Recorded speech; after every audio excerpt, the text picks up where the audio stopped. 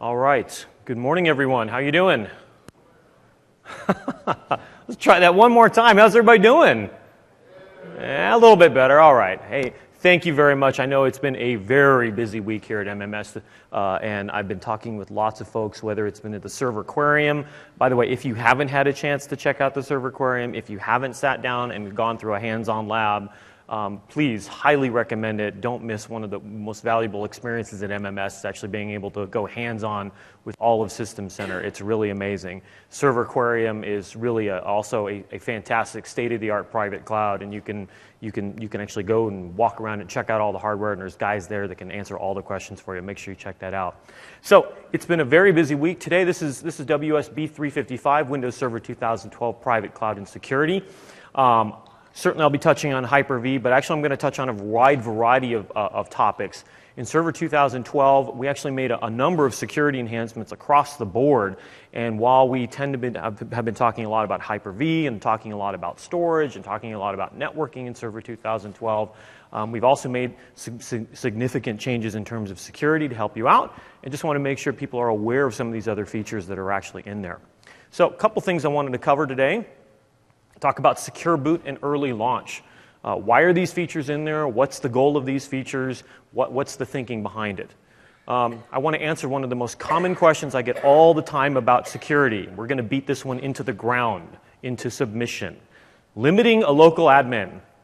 Not a week goes by where I don't get an email from someone in the field that says, hey, these people are local admins and we want to restrict them from doing X. So let's talk about exactly how you do that.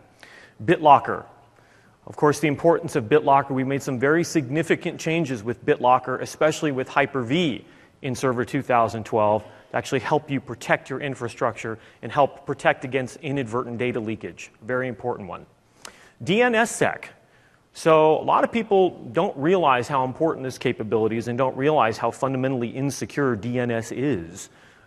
We've actually put in DNS security built right into Server 2012. It's one of those things that probably hasn't been on a lot of people's radars, but it's very much baked into the platform. Dynamic access control gives you the ability to set policy to actually help you protect your data and let you define policy and let the system protect your data. Fine-grained password control, we're going to spend just a moment talking about Java, and then certainly we're going to talk about Hyper-V security enhancements and kind of what the Hyper-V architecture looks like. One of the things, again, I want to beat into the ground is all these questions that I get asked all the time.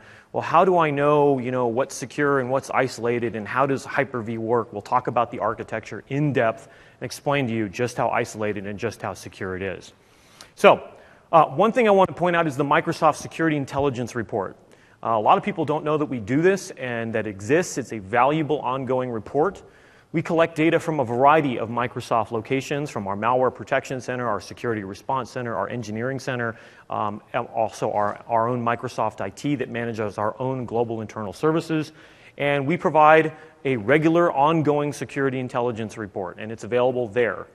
And an important data point I always like to point out is that less than 1% of vulnerability attacks are zero-day. I know they get the most press. I know those ones that the blog writers are writing about because it makes them really happy. It makes them feel super important. But less than 1% of them are 0 days. 99% of attacks have vulnerabilities that, guess what? Their update's already available. I'm going to use one that's actually really readily available. Maybe some of the older gentlemen and older folks in the room remember this. Remember this thing called SQL Slammer? Way back in the early parts of the 2000s, way back when? People don't realize the patch for that existed over 6 months before the actual hit went out. So it's really important. I'm glad that you're here, and I know that right before this session there was a big discussion about configuration manager, importance of patch management. Nothing changes when you move to private cloud. I'm going to be very transparent about this. I know that there's some virtualization folks out there that have long been saying that, hey, virtualization just makes everything magically better. Okay? Oh, everything's just magically performs better, everything's just magically more secure, and everything's just... No. Common sense still applies. Good system administration, good system admin hygiene still applies. Okay, so we're going to talk about that.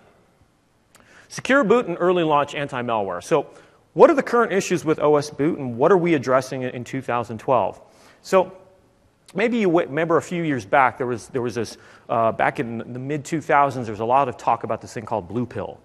And everyone was worried that, oh, this is going to be the end of hypervisors, and this is going to be the death of hypervisors, because this blue pill thing is this magical piece of code that gets below the hypervisor and can lie to the hypervisor, and then we can take over your whole systems, and you can't even tell. That's it's nice in theory, except it's nearly impossible to implement, if not impossible to implement. And the reason why is quite simply, there's a zillion different ways that I can tell that there's a hypervisor running. Very often someone will send me an email and say, hey, Jeff, I can detect that I'm running in Hyper-V. Sure you can. There's at least a dozen different ways you can do it. Easiest way is to actually go check the motherboard in the virtual machine, and it says, lo and behold, Microsoft. Okay? Pretty simple. But the point is, the bad guys are trying to get earlier in the boot process. Now, that's something that can't be ignored. And we don't. We look at all those trends, and we look at where the bad guys are going, and it's certainly something they're trying to do. It's to get earlier in the boot process. So we're seeing a growing class of malware targeting the boot path. And often the fix is you got to go reinstall the OS. Okay? That's not something anybody wants to do. So the whole point of UEFI and secure boot is the hardened boot process. So all firmware and software in the boot process is signed by a trusted certificate authority. It's required for Windows 8 client. It does not require a TPM, and it reduces the likelihood of bootkits, rootkits, ransomware, etc. Because we are attesting, we are looking at we are measuring the boot process itself, and we can ensure that nothing has gotten into the boot process itself. In terms of that, we also want to couple that with early launch anti-malware. So secure boot is only one part of the path. The other part is actually making sure that only known digital sign anti-malware can load after secure boot. So if you've got AV software, you want to make sure that you boot, you've got measured boot, you've got attested boot, you've gone all the way through the boot process, and before you hand it off, if there's an AV vendor, you want to hand it right to the AV vendor after you've done all that attestation. That's when you want to do it. And so it works in conjunction with secure boot. It doesn't require it, because if anti-malware, antivirus, anti-malware vendors want to plug in and not use secure boot, and on legacy systems, then we want to give them that option to load as early as possible as well and still protect older legacy systems. But on newer UEFI systems, newer systems that secure boot, we want to protect as much of the boot process as possible, and this gives us a way to do that in a great, consistent way. And the whole point is, it's about preventing malicious software from loading before legitimate programs and anything that could potentially lie to the OS or anti-malware software. This becomes extremely important as we start to move to, of course, deploying more and more on standardized cloud infrastructure. And the bad guys are trying to figure out, how do I get in? How do I create the perfect way to get in as early as possible? If I can figure that out and I can replicate that as much as I can into an infrastructure, I can get my hands on the crown jewels. So we're looking at all areas. We never rest on our laurels when it comes to security. We continue to push the state of the art. Secure boot and early launch anti-malware is just a couple of examples. So limiting a local admin, like I said before, not a week goes by where I don't get some question from the field that says this: Jeff, how can I prevent a local admin from formatting a disk, changing the size of the page file, reading events in the event log, changing screen resolutions, installing applications, accessing a USB disk, enabling a feature or rule, creating and deleting VM, viewing a Hyper-V VM, changing the desktop background, changing NIC settings, adding new networks? You're trying to prevent a local admin from doing something local on the system. By definition, a local admin has the ability to do anything on the system. That applies to anything in Windows. Please, listen to me carefully. If they're a local admin, you have given them the keys to the Maserati. Okay? They've already sped off. There's no ifs, ands, no buts. You think you can write little scripts and cute little things that, after they log in, I'll run and some actions and limit at them. No, they're an admin. They can go undo all of that thing you just did. If you want to limit someone's functionality, don't make them admin. If you don't trust your admin, you have bigger problems. Rinse and repeat. Okay? There's no magic bullet. There's no secret sauce. Let me give you a real-world analogy to hammer this home even further. So, you're leaving town for a month, and you decide to give a neighbor a complete set of keys to your home. You ask your neighbor to bring in the mail and feed your prize goldfish Fluffy. You lock all your doors. You lock all your windows. You lock the garage. You even lock your bedroom door, and you hide your expensive gear. Your laptops, your tablets, out of plain sight is an additional precaution. So, Fluffy's safe, right? Of course not. No. You gave your neighbor the master keys to your home. It doesn't matter that the front door is locked. It doesn't matter that the garage is locked. It doesn't matter that you hid the items. This person is already in the house. Your neighbor can, A, be a really awesome neighbor. Check out Fluffy. Make sure he's fed well. Even keep an extra eye on your house to make sure nothing happens while you're gone. Great. Or invite friends over to your house for a party. As long as they clean up afterwards, you're none the wiser. Or what happens if the neighbor is visiting Fluffy and decides to open the window for some fresh air and forgets to close the window? Someone breaks in and steals Fluffy. All of these are possible. Okay? It all comes down to intent. Well, I gave him the keys. After that, who knows what's going to happen? So that's a very real-world analogy, but I hope I really kind of nailed this one home. You have a local admin, they can do whatever they want. Don't make them admin. BitLocker. So one of the things that's really powerful is the fact that BitLocker can help a variety of different scenarios. One of the reports that came out a few years ago talked about the $1 billion and the €1 billion laptop problem. So back in 2010, they did a company did some research with 275 organizations in Europe, and they found out that over 72,000 laptops were lost. That's a staggering number. Well, they went out and they said, how much did that really cost, though? 1.79 billion euros. Now, the cost wasn't the laptop. Laptop was actually the cheapest thing in the entire equation. It was the data, it was the liability, it was the fact that many of these people can and did get sued because guess what? There was proprietary, personal, regulated data that should not have been on those that got lost. So it's actually the hardware is the least cost of it. It's the data itself and the legal exposure. We also did the same thing back in 2010 in the US. They surveyed 329 organizations. 86,000 laptops were lost at $2.1 billion. Same exact thing. They said, look, the laptops, the hardware itself, was really a rounding error compared to the legal costs of losing all of this. So we looked at this and we said, we really want to help solve this problem. BitLocker is something we've included in Windows Client and Windows Server now for many years. On the server side, we want to protect against inadvertent data leakage. Now, what I mean by that is exactly this type of example.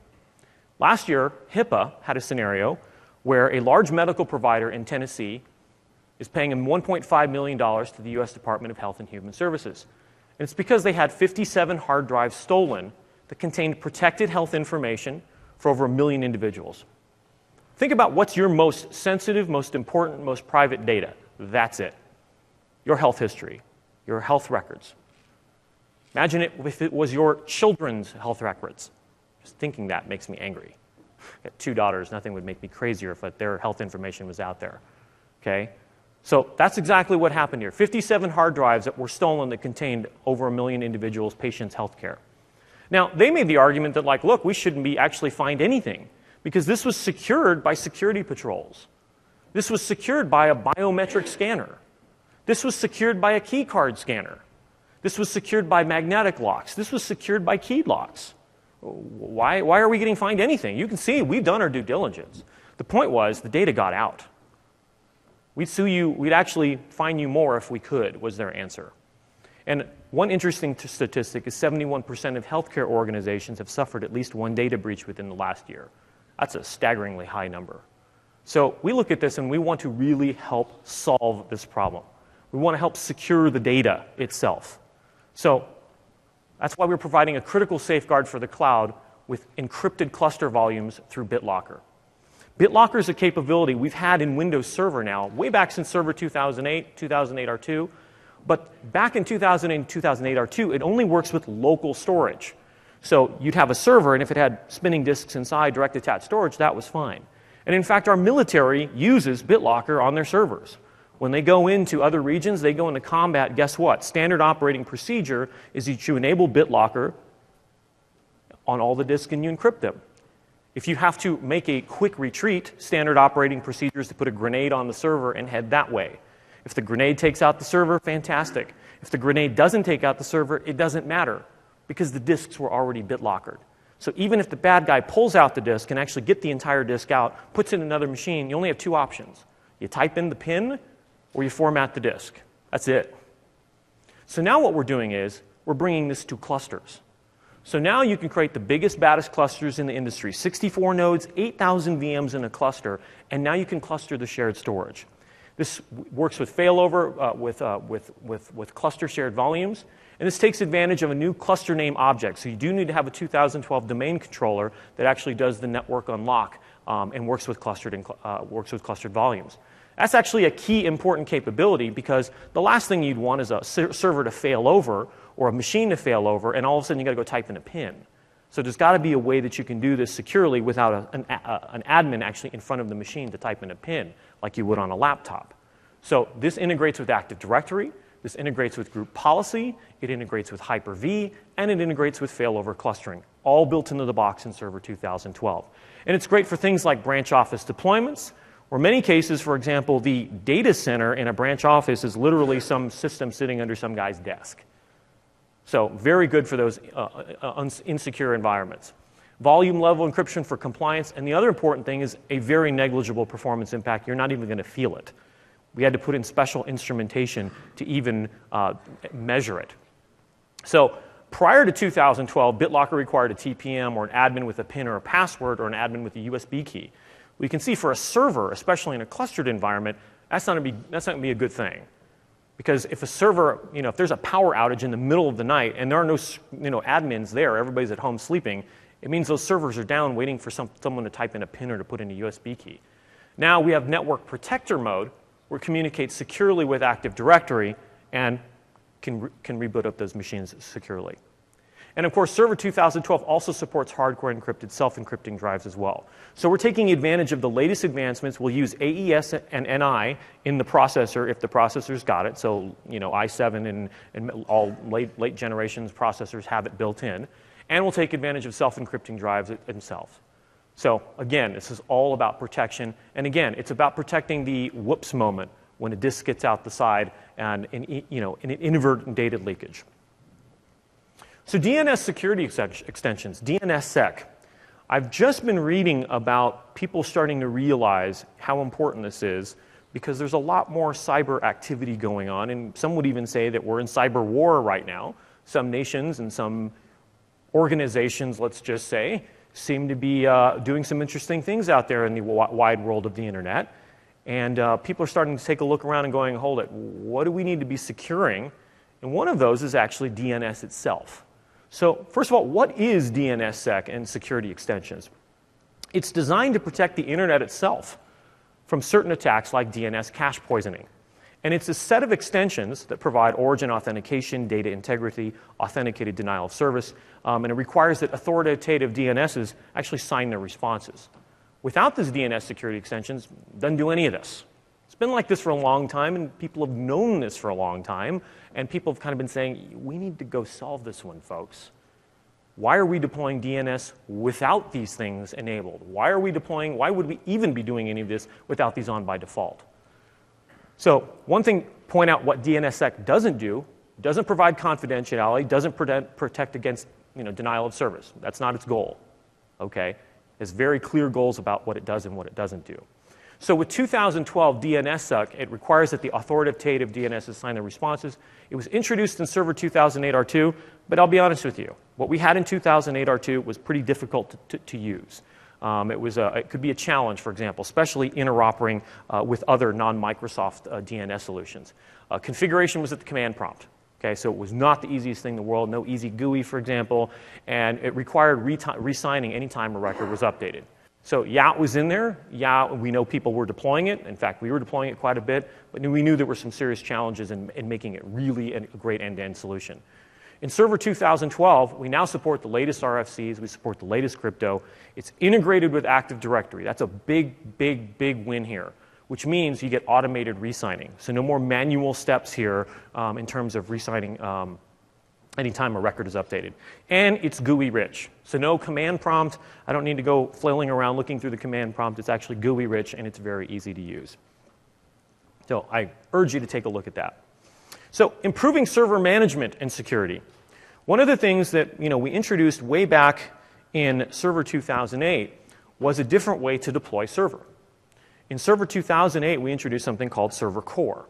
And so when you deployed the operating system, when you installed, you had your disk in hand and you go run setup, it would actually say at setup, do you want to install a Core OS installation or do you install a full GUI installation? Okay? And a full GUI would give you just like you're used to seeing in the past. There's Shell, there's Explorer, there's everything you expect to do. And Core would give you just the command prompt. And so here it is. This is way back in this is actually 2008 R2, but this also existed in 2008. And you can see there's an option. It says, do you want to do a full installation or do you want to do a core installation? So there's the full GUI, familiar and primarily for SMB. And there's core. It's just the command prompt. You manage everything remotely. And one of the things we're trying to really push way back when is ensuring proper server management, good server hygiene. I'll get to that in just a moment. And it reduces the attack surface. However, I will be the first to admit that in 2008, it was very difficult to manage. 2008 R2, we made some more improvements, but it was still could be very much a challenge to manage remotely. 2012, we made some major changes to how you can deploy server now. In fact, like I pointed out in 2008 and 2008 R2, it was when you installed the OS that you had to make the choice. And that was the only time you got asked. So during OS install, you're asked right at the front, core or full. That's it. In 2012, it's now configurable. So you can start off with core, or you could start off with full, and then guess what? You can remove it. And in fact, we've even created we've actually created a middle version as well. So you've got core, you've got full, and we've got this new middle thing. So you can see here, here's what setup looks like now in Server 2012. It says, note, and I even want to point out, we even recommend now, core is recommended. And you're going to see us push this harder and harder and harder. And the reason why is this. Servers, for the longest time, we've made them easy to use. We've made them readily available, but you manage the box. You actually go to the box and manage it. You know what we want to do? We want you to manage this remotely. We want you to treat those servers, install it with a core OS installation, and manage everything remotely. Because one of the biggest challenges we're seeing is, I'm going to say it, bad server hygiene. People browsing the web on servers. People running QuickBooks on domain controllers.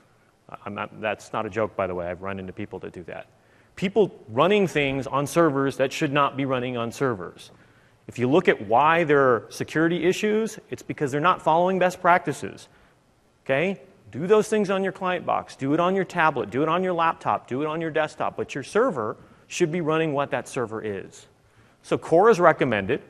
And if you still are saying, you know what, Jeff, I'm not totally comfortable with that, guess what you can do now? You can install the full GUI and remove the server graphical shell. So now, you can see here, I've even put it here in the screenshot. You can go here and say, let's just remove the graphical shell. You reboot the server, and guess what? GUI's gone. No IE, no shell, no nothing. I'm back to a command prompt. If you decide later, oh, you know what? I want to go back from core to full, you can go back and re-add it. I've also pointed out we've added a third option. This is actually one of my favorite options. This is the minimal server interface. So what you'll see here is this has the command prompt, it has PowerShell, and it has Server Manager. Now, it doesn't have the full-on shell, doesn't have Internet Explorer. That's everything it has. But for Server Manager, if you need to actually go to a machine and do some local administration of the machine itself, like I want to go here because I'm in a small environment, say I've just got a couple servers in a retail office, for example, or a branch office. I've just got a couple of servers. Guess what? With Server Manager, just alone here, I can configure the system. I can enable NIC teaming. I can enable remote administration. I can do a whole bunch of things here right there in Server Manager, but I keep the attack surface down. And it also, again, it encourages me to not do things that I shouldn't be doing, like running IE or running applications. Okay? This is a command prompt and Server Manager, and of course, PowerShell. So keep that in mind as well. Dynamic access control. So one of the things that we did when we were developing Server 2012 is we spoke to a lot of people in a lot of different areas. All verticals, healthcare, financial, military, governments, security. We spoke to security auditors. And one of the interesting things that security auditors told us is that security auditors, by the way, those are the guys who pay to go into your organization and take a look around. Look at your networking, look at your storage, look at what your admins do, look at what your processes are, go take a look at what ports are open, those types of things. And they basically said, one of the things we see pretty much in every environment are file shares that are wide open. Okay? So an example is, hey, you know what, I got to give my boss an Excel spreadsheet, and that Excel spreadsheet has a whole bunch of Visa credit card numbers in there, or Social Security numbers, or tax information. And you know what, she says, I need it up I need to get it. It's pretty big, so stick it up on a file share. So I create a file share and stick it up there. Okay? Now, IT admins, you're doing your very best to provide drop boxes and lock down things and only, limit the administration for your company in doing the right thing, or using SharePoint, but that doesn't stop or get rid of the need for and the use of file servers out there. So there's a number of things we want to do to help protect this by adding intelligence to the system itself so that you can define policy and the system can help protect and encrypt these documents. First of all, documents can be automatically classified. Okay? So for example, by content. I could say, you know what, this format looks like a Social Security number. Okay? XXX-XXX-XXS. This format looks like a credit card number. Okay?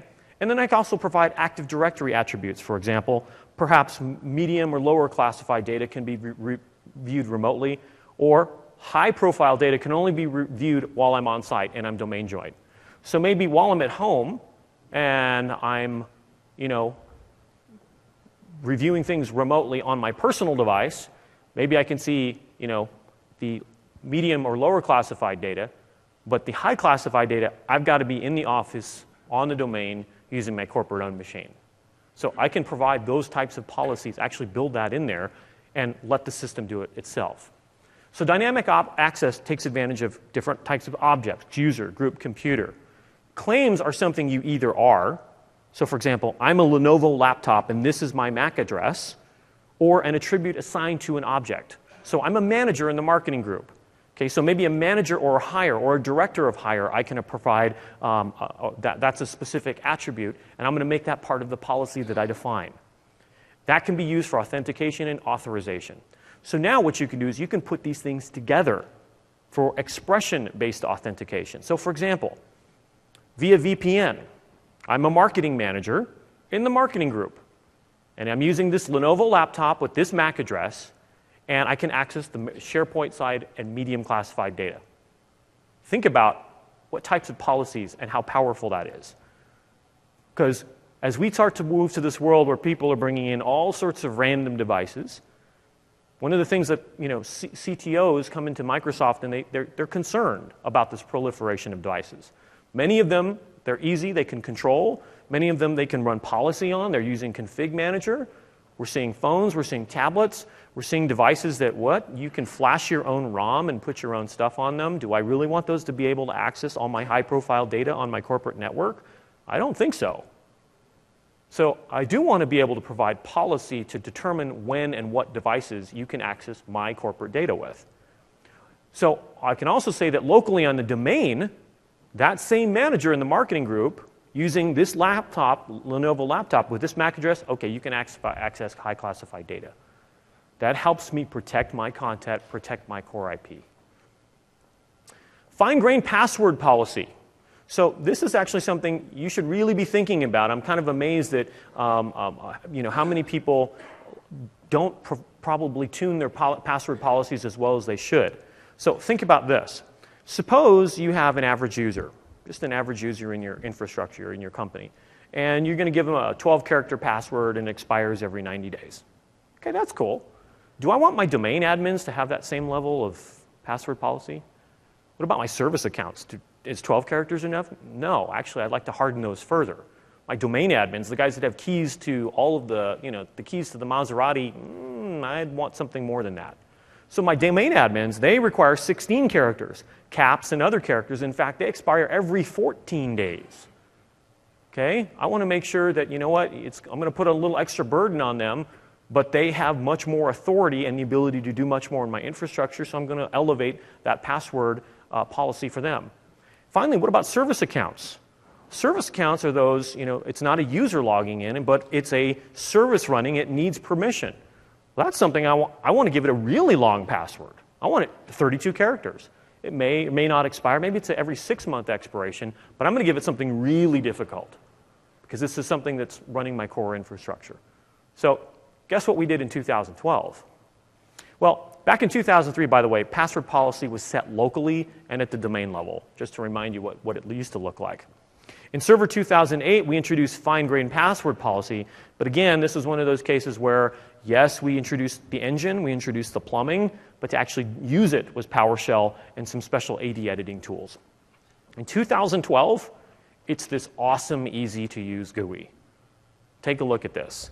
So now, for example, you want to enforce a minimum password length, you want to enforce a password history, you want to apply it to people or groups in AD. All of this, of course, integrates with AD. Very easy to walk through the entire process. So now you can very easily define those policies, set those policies, whether it's, hey, my standard users, my domain admins, maybe my Exchange admins, they have a different level. My network admins, they have a different level. My infrastructure fabric managers, guys that are actually running my Hyper-V infrastructure, okay? Maybe I want to make sure they have a different policy. But of course, and again, my service accounts. So we've made this very easy to configure and use. And of course, all of this can be done remotely. So what I said just a few minutes ago about running server core and doing all this remotely, this is all can be done remotely while the servers are running server core. So Java. All right, I'm going to pretend for just a moment that I don't work for Microsoft. I'll get your question in, just at the end. Hold on one sec. Look, I'm just going to present some facts. Okay? I know there's it's a Microsoft guy talking about Java. Look, this is just the state of what's going on in the world. This is what everybody's out talking about, and I just want to present the facts.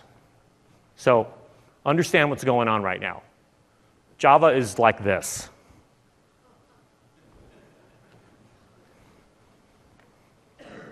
This is what's happening.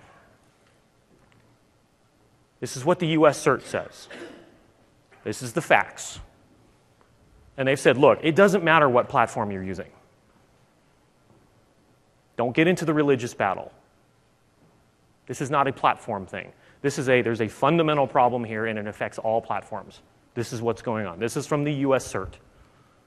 On top of that, it's some of the worst, most critical, I cannot state this loudly enough, the worst possible exploits known out there, bypassing the whole Java sandbox itself. Java is the world's biggest target for hackers. It's been the top exploit for many years. This didn't just crop up yesterday. I'm laughing at these people that said, oh yeah, this is new to me. I hadn't heard this before. Really? Where have you been?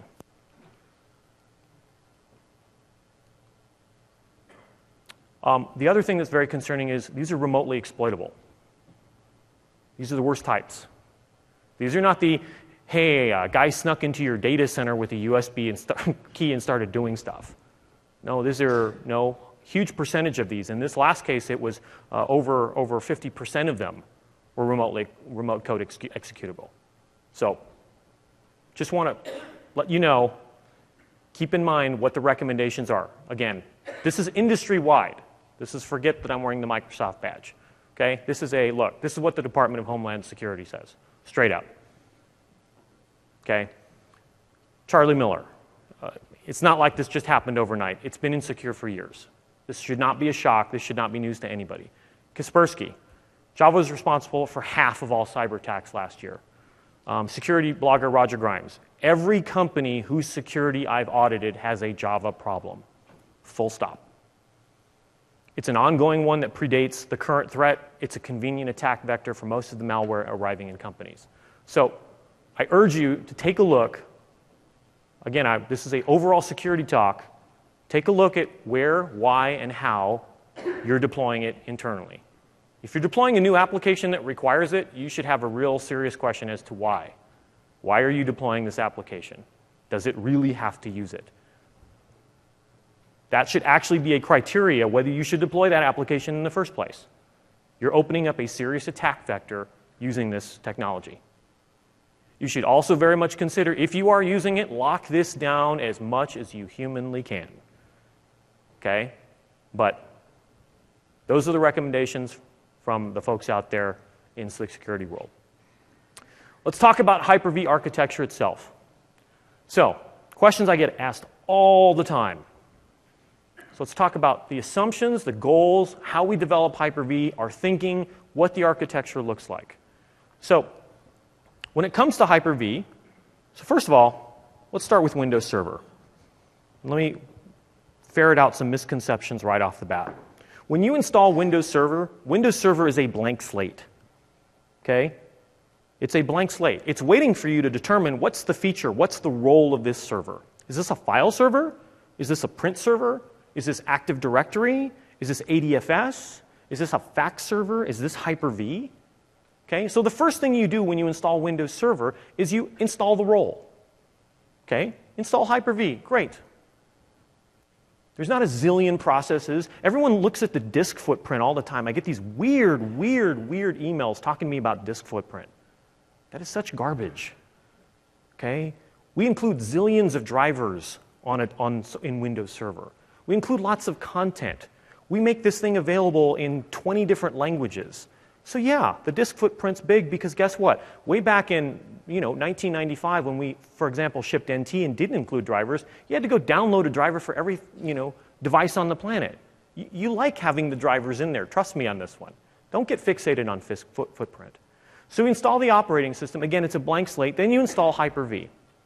Once you install Hyper-V, we enable the hypervisor and we reboot the system. Once we reboot the system, the hypervisor is now running.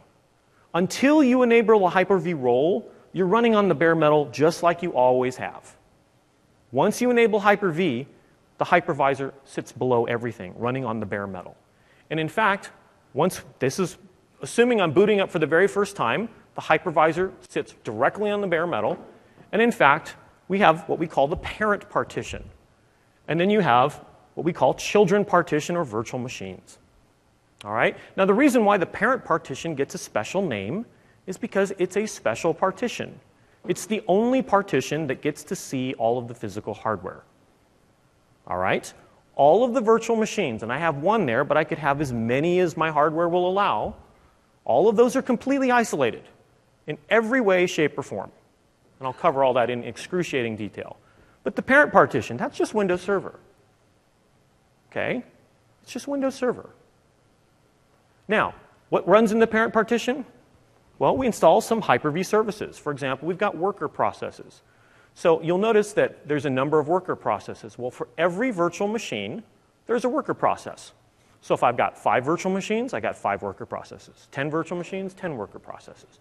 And basically, that manages some of the running state for the virtual machine itself. You'll notice that a whole bunch of this, by the way, is running up in user mode.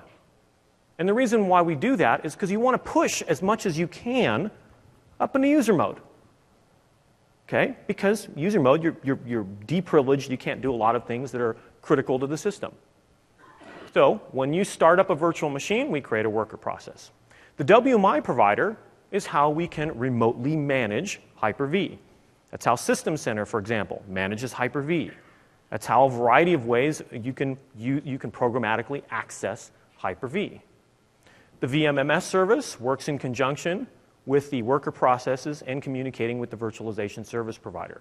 Now, down here, we've got kernel mode. It's the kernel. It's drivers. It's the super optimized device drivers that Windows has been shipping for 20 some odd years. What's nice is this doesn't require a new driver model. We did this because that's what our hardware vendors like to do. They want to be able to take advantage of that. Take advantage of the fact that we have 20 plus years of optimizing, tuning, coding, and really giving us a fantastic performance experience. And I know the other guys have this goofy article claiming that they're faster because we do something called indirect I/O. This honestly is complete and total nonsense. If they're supposedly faster and if they're supposedly more direct, then why do we beat them in all the benchmarks? Why, when you go actually look at TPC, why are all the top 20 servers running Windows Server and not the other guys? It's all garbage, okay? When it comes to device drivers, we've had 25 years in Windows and Windows Server tuning and optimizing and providing a massive parallel processing in terms of I/O. So when a virtual machine is started up, we've got guest applications, we've got virtualization service clients, we've got VM bus. So what happens is, I'm going to walk on over here. I'm going to walk, oh, sorry, actually I can use the pointer. Here we go. So what happens is, how does I/O work for a VM? So say, for example, I need to read a packet off the wire, all right? So what happens is a guest application will call down into the networking stack through the virtual machine. Okay, it'll call down here through the networking stack. That networking will actually be sent over VM bus. VM bus is a high-speed in-memory communication between the virtual machine and the parent partition. That network I/O goes to the virtual switch here, the VSP, and it determines, oh, does this need to go to a physical NIC? Great, let me give it access to the physical NIC. That's how I/O works. Works very optimally, works very tuned, and of course, all of this is completely secure. So let me explain what I mean by that. Let's talk about some of the security assumptions we made when we developed Hyper-V. Number one, we assume guests are untrusted. You can hope for the best case, but we assume the worst case. We assume that the bad guys are already in the virtual machine. And they know that they're in a virtual machine, and they realize, hey, I want to get out of this virtual machine. Okay? If you're running in a virtualization layer, you know you want to get out and you want to try and get to the hypervisor, because that's where the crown jewels are. In terms of trust, the parent must trust the hypervisor, and the parent must be trusted by children. Okay? Because to do that, to install the hypervisor in the parent partition, and in fact, to install Windows, you had to be an admin in the first place. So it kind of makes sense. You had to be an admin. We assume that code in the virtual machines and in the guests can run in all available processor modes, rings, segments. There's no limitation. If we told people, hey, you can run any code you want except for this, well, that's where they'd go start right there. Okay? So there's no limitations what you want to do inside of a code running in a VM. Everything is documented. We're very open. We're very clear. We have our hypervisor specification. We have our hypercall API. We'll even tell you that we're running on the hypervisor. We'll even give you the version number. We don't pretend to even hide it. Like I mentioned earlier, there's a zillion different ways you can tell you're running in a hypervisor. And we understand that the internal design of the hypervisor is going to be well understood. We're not trying to hide anything from anyone. We also, of course, have to ensure strong isolation between each of the virtual machines. This is actually one of the goals for any hypervisor. You have to protect the confidentiality and integrity of each guest and the guest data. So, from a separation standpoint, this is where all the questions get lined up. So, Jeff, how do I know that there's nothing being shared? How do I know that my VMs are really safe? If I'm running in this VM and my competitor's running in this VM, how do I know they can't see any of my data? Real simple, because that's the core goal of what Hyper-V does. Number one, we provide unique hypervisor resource pools per guest. Every VM has its own instantiation, its own resource pools. There is no sharing at all, period. Okay? Each VM has its own memory, its own CPU, its own resources. Every VM has its own worker process. So as I mentioned before, up in the parent partition, each one of them has its own unique worker process. On top of that, and the fact that it's running up in user mode, we even deprivileged it further. So even if the bad guys figured out some way to get out of the worker process, which no one has, even if someone could figure that out, they have no rights to do anything on the system. So you just broke out of jail and you realize you're still in prison. Okay? Not going to help you. Guest to parent communications all happen over unique channels. So that VM bus thing I mentioned, that's how there's communication between the virtual machine and the parent. Very often someone will say, hold it, Jeff, does that VM bus, does that span all my virtual machines? If I have 10 VMs, are they all sharing the same VM bus? Can I put some sort of listener on VM bus? No. VM bus is a point-to-point communication. Every virtual machine communicates to the parent over its own unique VM bus channels. It is a point-to-point interface. So there is no possibility of doing a man-in-the-middle attack because there's no middle. Non-interference. This is another goal. Guests cannot affect the contents of other guests. Guest computations are protected from other guests. Guest-to-guest communications are not allowed through VM interfaces. By the way, if other VM vendors are doing this, shame on them. VM to VM communications without going through the parent, you've just created a separate backdoor that you as a system administrator have to go close now. We don't do that. We were very clear. In fact, this is something our system administrators have told us. They said, you know what, we like the fact that Hyper-V doesn't create any sort of separate secret back channel that I have to go lock down or have to manage or have to go operationalize. Everything, if you want to get files from a VM to another VM, you set up a network. You use authentication, you use ACLs, you use traditional networking. We don't create some super secret side channel that you got to figure out how to lock or how the bad guys are trying to get into. Memory, registers, caches are scrubbed on every context switch. So that's how crazy secure we go. When we're switching from running on one virtual machine to switching to another virtual machine, we have to scrub the processors themselves to make sure there's nothing left when we move to and start executing for the next virtual machine. And we are quite serious about isolation. There's no sharing of virtualized devices. So each virtual machine has its own virtual NICs, its own virtual SCSI controllers, its own IDE storage controllers, its own compute, its own memory. Each one of them is unique to every virtual machine. Separate VM bus, and there's no sharing. Each VM has its own address space. And by the way, what about dynamic memory? Because dynamic memory is about pooling memory across the entire server and then allocating it to virtual machines on the fly as they need it. Well, of course, we zero out everything. That's actually a feature of Windows itself. So all of the memory is automatically zeroed before it's reallocated. So there's no chance of anything happening there. Again, VMs can't communicate with each other except through traditional networking, and guests can't perform DMA attacks because they're never actually assigned physical hardware. It's all virtualized hardware, so that's not even possible. Guests can't write to the hypervisor, and the parent partition cannot write to the hypervisor. So again, we've protected every individual component and compartment. This is what having a secure development lifecycle is all about. We've looked at every aspect of engineering each component and how they interact with the other ones and all of those interfaces between all of those blocks. So I get asked about Hyper-V hardening. So one of the things that before I even get to this is we ship secure by default. This is really an important premise for us. We take this as a core engineering tenet. And I'll show you this as I walk through some of our thinking for Hyper-V Replica as we develop that feature. But we don't actually ship something and say, oh, by the way, this thing is insecure. Go twiddle these knobs. That's the wrong way to ship product. Hyper-V itself is already built using the latest state-of-the-art technologies when we build, we develop, and compile.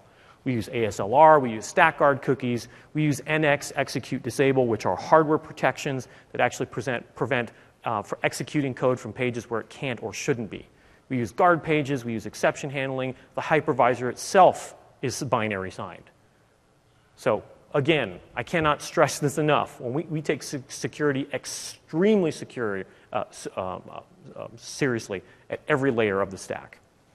And the hypervisor and the parent components, every part of Hyper-V, the hypervisor, the network stack, the worker processes, the storage devices, the integration service, every one of those is threat modeled, static analysis, fuzz testing, penetration testing, both by internal Microsoft folks as well as third parties. So we invite third parties to double check our work.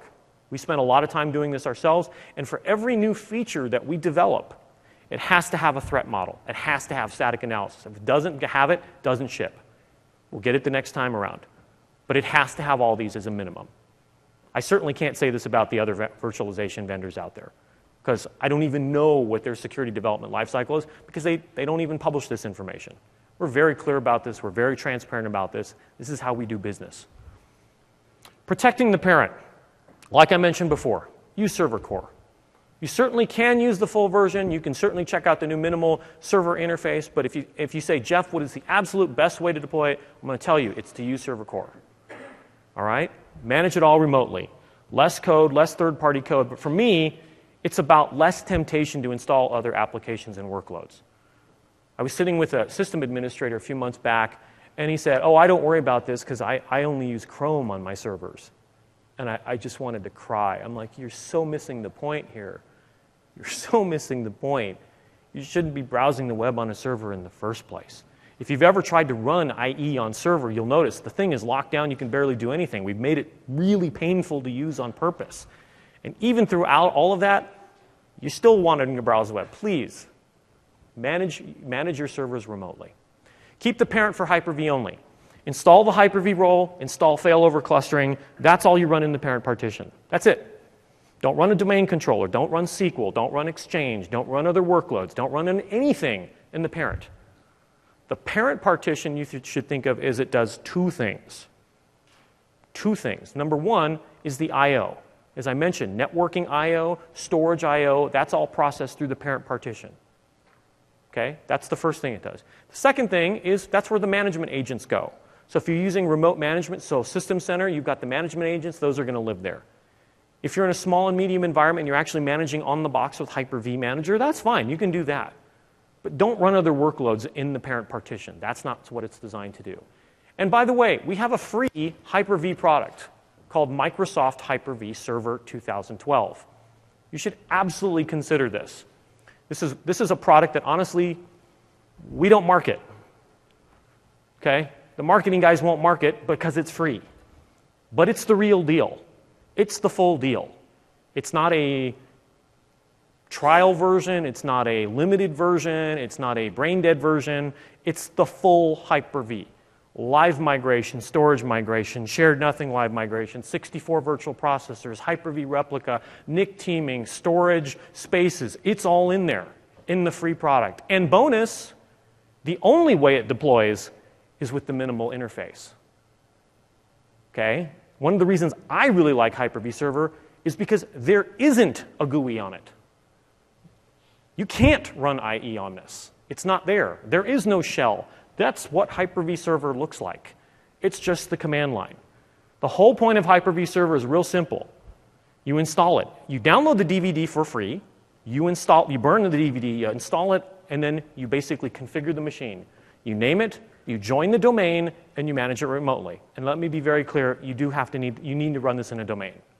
Okay? Don't try and run this without a domain. It's going to be just too painful because from a security perspective, it's so locked down. Okay? That's for your own good. You're going to want a domain controller. But once you do that, you can now manage this remotely. You can manage it remotely with System Center. You can manage it remotely with the Hyper-V Manager, which is our free management tools. And again, it helps encourage remote administration. So take a look at that. Patching. Simple, obvious, important. There's no shortcuts. Microsoft provides numerous options. You can use Windows Update, built into the platform. You can use Windows Server Update services, also built into Windows Server. Or you can use System Center Configuration Manager. We've given you 3 different ways to do this. Okay? By the way, there's no such thing as perfect code. Every platform, every application, every product needs to be patched. Okay? The point is we've got to make it easier. We've got to make it better. We've got to make it faster. And that's what we've done in Server 2012. We have cluster-aware updating, for example. With Server 2012, I can literally have it automatically patch every cluster node in my infrastructure automatically, hands off. I could set up a 64-node cluster and say, you know what? Every Friday, the last Friday of the month, go ahead and patch every node for me and do it automatically. Okay? Every product needs to be patched. So have a patching strategy. Keep the parent in a domain. Kerberos is simply much more secure than NTLM, and that's what you get when you're in a domain. Delegate administration. So that parent partition that I talked about, the admin of that parent partition, like I mentioned earlier, is the local admin. They can do whatever they want. However, you don't have to be a complete local admin to do Hyper-V. You can delegate administration. This can be done with the inbox tools or with SCVMM. By the way, in Server 2012, we made this easier. If, for example, you're in a branch office and you've got just a couple servers and you're managing these locally, guess what we did? Look what we added to computer management. There's actually a new Hyper-V administrators grouping here. So if I'm the local admin and I want to let Bob just create VMs on my system, on this system, but I don't want to give him full admin access, just add him to the Hyper-V administrators group. So now he can create VMs, and that's all he can do. He can't play around with the rest of the system. So we made this really easy, even if you're just using the inbox, a simple deployment. To add a delegated administrator in System Center Virtual Machine Manager, there it is. There are all the steps there. And this is a very common question. Hey, Jeff, I'm in a large environment. We've got a couple of Uber administrators, but we also have some departmental administrators, and we'd like to give them the ability to give them their sets of VMs. Marketing has a marketing admin VM, or maybe I've got some storage or some marketing or web or file or print, but each one of them has their own administrator, and I want to delegate that without giving them the ability to manage everything in my virtualization farm. All right there in System Center Virtual Machine Manager. So it gives you flexible delegation. Antivirus. Question I get asked all the time. Jeff, do I need to run Hyper-V? If the parent partition, do I have to run antivirus? The answer for me is, well, actually, if you follow our best practices, you don't need to do it. If you follow our best practices, which is run server core, don't install anything else in the parent partition other than management agents, you don't need to do it. You really don't, because there's nothing else running there. The problem is, unfortunately, getting people to that state. Okay? So the other thing is, it may not be a technical question. Very often someone says to me, Jeff, I'm in an environment and I have to check this checkbox that says I'm using antivirus. Otherwise, I can't deploy it, because that's what our company policy is. If you want to run antivirus, then go right ahead. You can check the checkbox. You can install antivirus in the parent partition. If and when you do, make sure you read that KB article. It tells you what files should be excluded from the AV scan. Okay? So yes, you can do it if you want. If you follow our best practices, you really don't need to. I don't run any AV on any of my servers. Of course, I'm in a non-production environment. But you don't really have to if you follow our best practices. But if you do, again, for compliance reasons, or just because it's going to make you feel better, then go right ahead. Just make sure you follow that KB. Security Compliance Manager. Security Compliance Manager is something I want to make sure people realize has been out there for quite a while. This is a great tool that's freely available. Let me say that one more time. Freely available. Integrates with System Center. Allows you to import, take advantage of existing group policy to create snapshots to reference machines. Configure standalone machines. Provides updated security guidance. Centralized management of your baseline portfolio. Allows you to scan your infrastructure and figure out, hey, am I making some mistakes that the Security Compliance Manager can help me solve? Am I really following all of those best practices? We make it real easy for you. So this is a tool that's been available through many versions, and now we have a new version for Windows Server 2012. And it's available right down there. So you guys will have access to the slides, and you can click right there on the link. What about protecting the virtual machines? So as we move to a world where we have this demarcation between the physical infrastructure down here and my virtual machines on here, we've talked a lot about down here, but what about in the VMs themselves? What should I be doing to protect those? Well, the virtual machine files, and VMs are files, they're protected by ACLs, access control lists.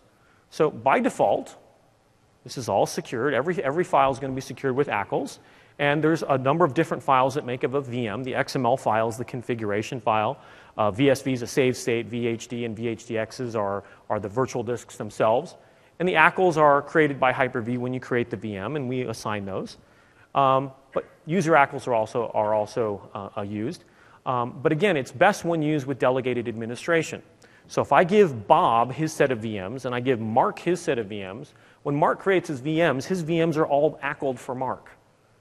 Okay, so that was automatically done. Because I get asked this question all the time, is there something that I need to do to help protect that my VMs that Mark and Bob created actually stay separate even if they get moved around? Well, when they're created, Hyper-V is doing the right things when it comes to ACLs. And if you'd like to change and modify those ACLs further, you can. But by default, you don't need to do anything. In fact, in 99% of the cases, you really don't need to do anything. It's all there. But the important thing is that it plugs right into ACLs and just how we manage security through the file system.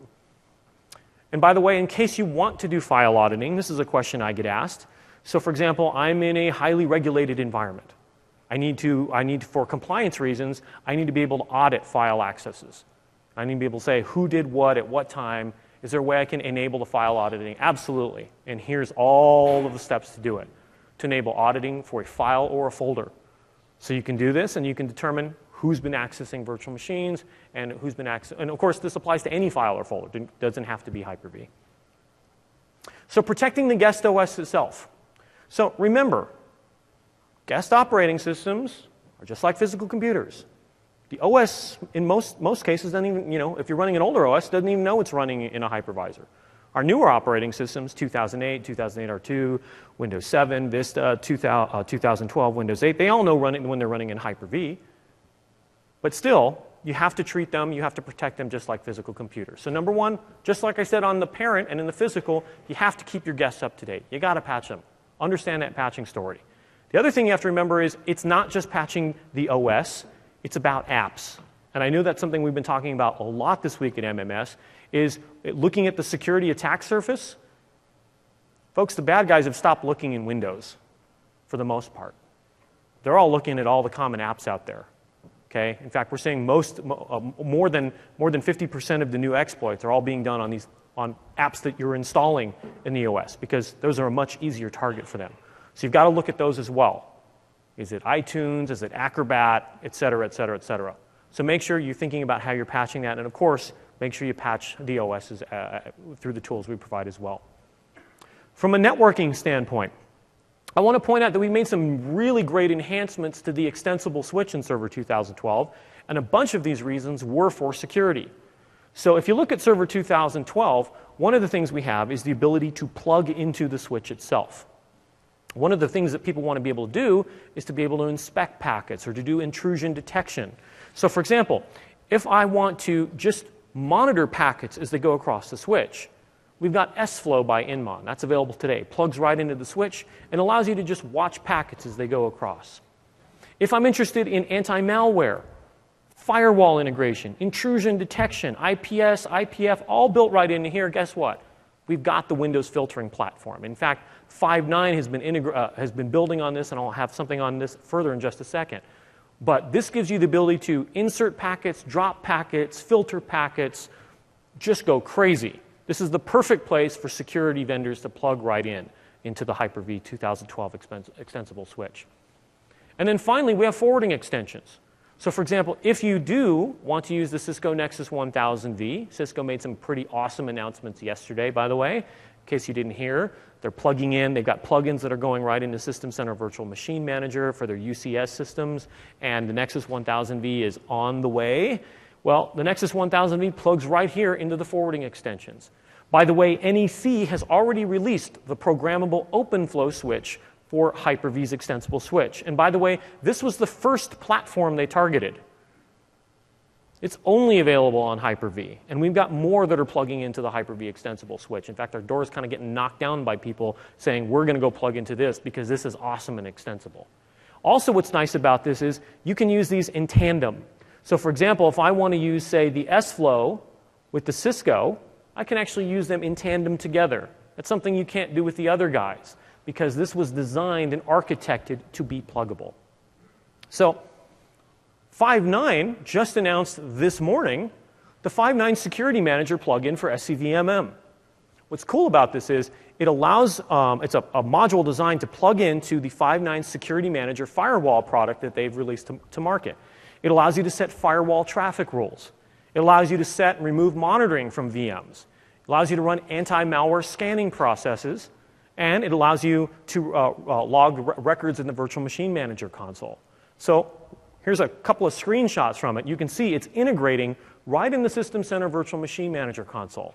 So if you want to set your global manager rules, you want to set your firewall settings, your AV settings for anti-malware and scanning, it integrates right into VMM. And this is all plugging into the extensible switch. Configure rules. So for example, if I want to configure IP rules, ARP rules, broadcast rules, you can see just how easy it is to do that. And they include a variety of templates as well. So here's an inbound rule, and here's a number of templates. So for example, here's AOL Instant Messenger, DCP, Daytime, DNS, Discard, et cetera. There's a whole bunch of built-in templates that you can use in their virtual firewall. So this is in the release candidate stage. We're really excited about the work that 5.9 has been doing, taking full advantage of what the extensible switch has to offer in 2012. And in case you're wondering, a deeper dive on the virtual switch, as well as how to write Indus filter drivers in the filtering platform, is all available as well. Now, another thing that's important from a security standpoint I wanted to really highlight is this middle option here that we include in the built-in switch itself. So not only did we make the Windows Server 2012 switch extensible, But we added a whole bunch of awesome capability right into the built-in switch. Okay? You don't have to simply install Hyper-V and go out and buy something extra, because we actually put a whole bunch of really cool things in the box, like quality of service, for example, and a whole bunch of port mirroring things for debugging and security. Well, one thing I really wanted to point out is this middle one, which is IPsec task offload. This is actually really important as we see more and more people looking to encryption on the wire. And they want to be able to do that end-to-end encryption. And what's nice about it is you don't have to modify your applications. It's completely transparent. Well, as things start to move around in this cloud world, sure, maybe my workload is running here, in my data center, or maybe it's running in my data center a couple blocks away, or maybe it's running in a different data center somewhere in the cloud. I don't even know where it's running. But I want to make sure that end-to-end is completely encrypted. Now, in Windows Server 2008 R2 Hyper-V and earlier, we could do encryption and decryption, but it would have to happen inside the VM.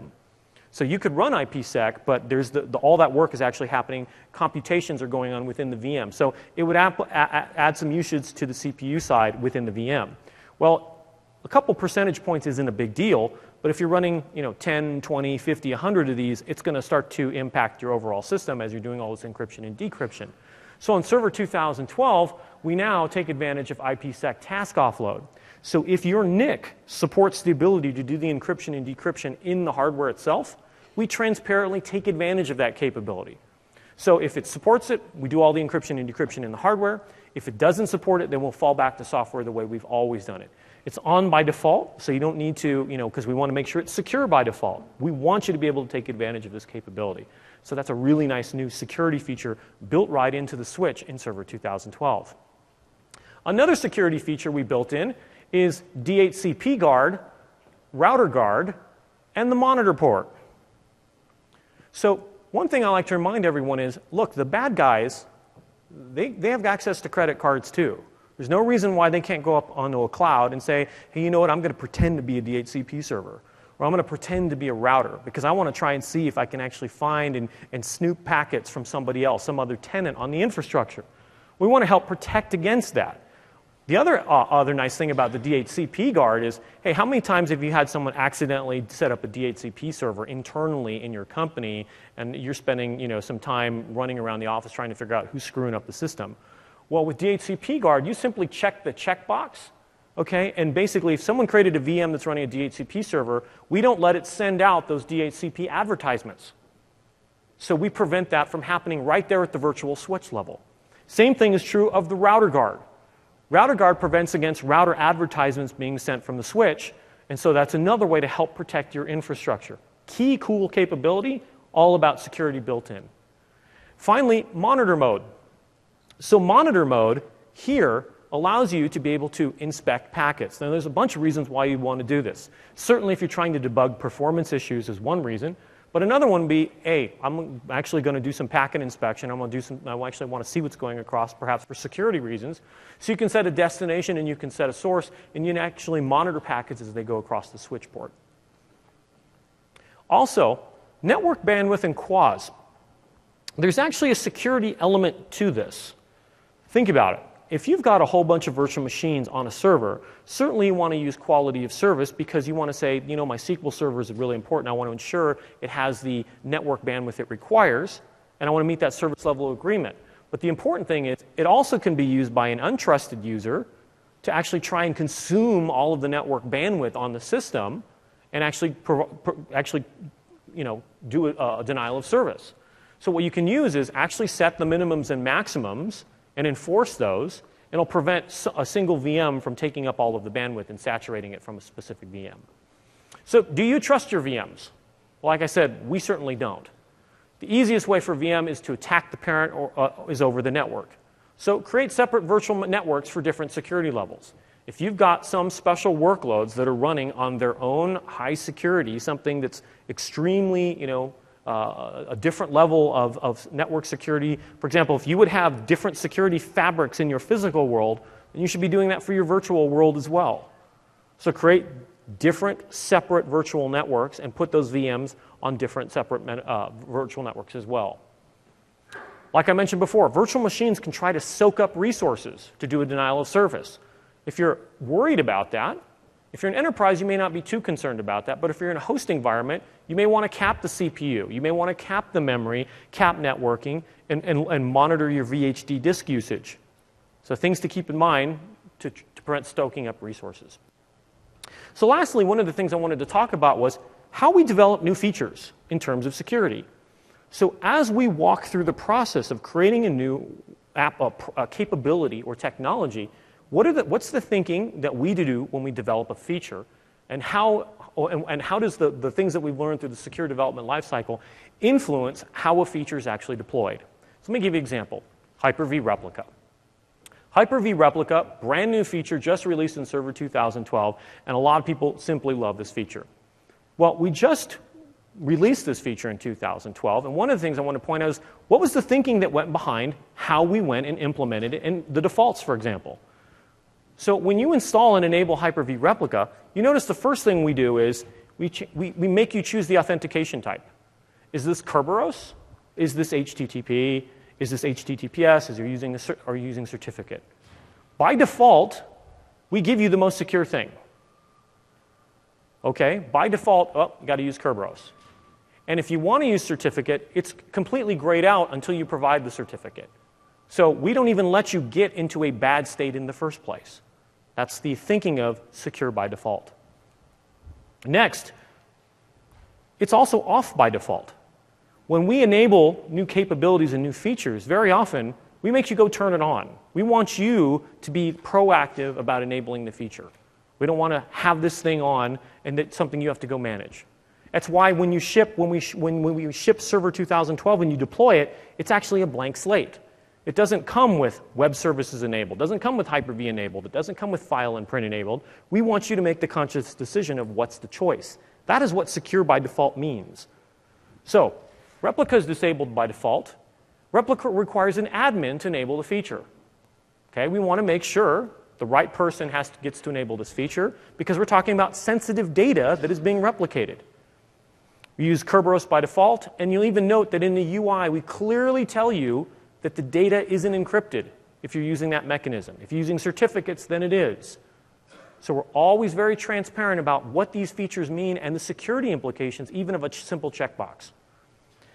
So even after you enable Replica, the default settings are the most secure. So number one, we actually allow you a number of different ways to do replication. We could say, we'll allow you to replicate from any server, or we can specify specific incoming servers that we allow to. By default, we choose the most restrictive, the most secure. We allow replication from specified servers. If you want to open up wider, absolutely, you can go right ahead. That's your choice. That's why we gave the feature and enabled to you. But by default, you've got to choose those specified servers. If you choose to use certificate-based authentication, you must select a certificate. In fact, we won't even let you leave the dialog. If I select use certificate-based authentication and I don't provide a certificate, I won't even let you leave the dialog until you provide a certificate because you can get yourself in a very bad place from a security perspective. So the way to get out of it without doing a certificate is to uncheck the checkbox. Okay? It's being very heavy-handed about security because we need to be. It's about protecting your data. And in fact, that's what happens right there.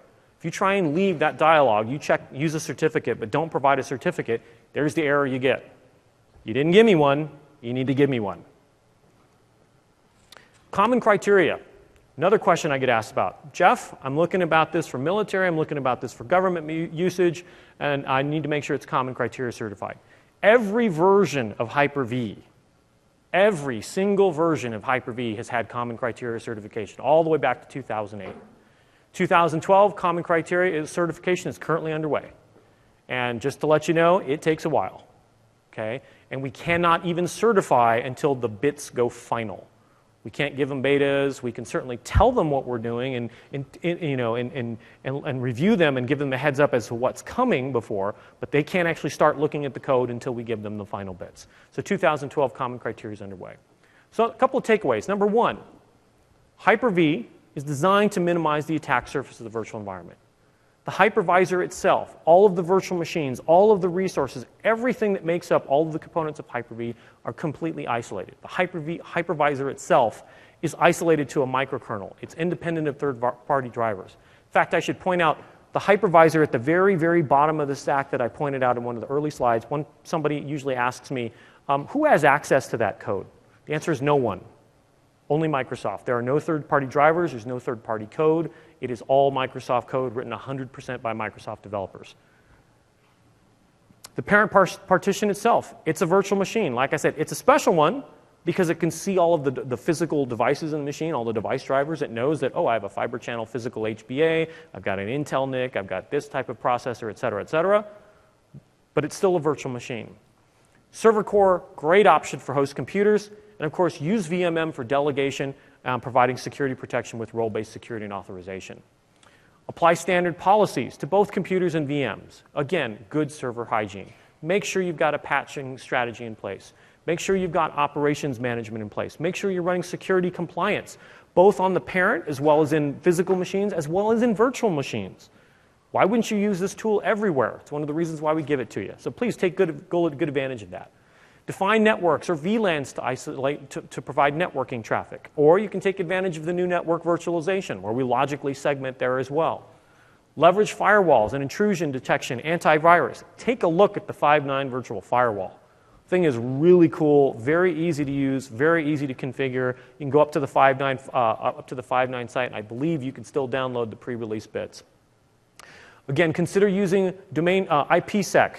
Consider using end-to-end encryption on the wire. By the way, I get asked about Hyper-V live migration. Can I encrypt that traffic?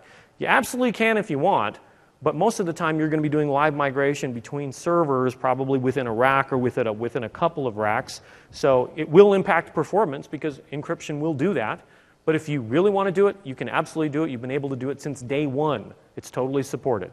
Most people tend to not do it because usually they can actually see where it's on a private network for live migration. But it's absolutely there and supported.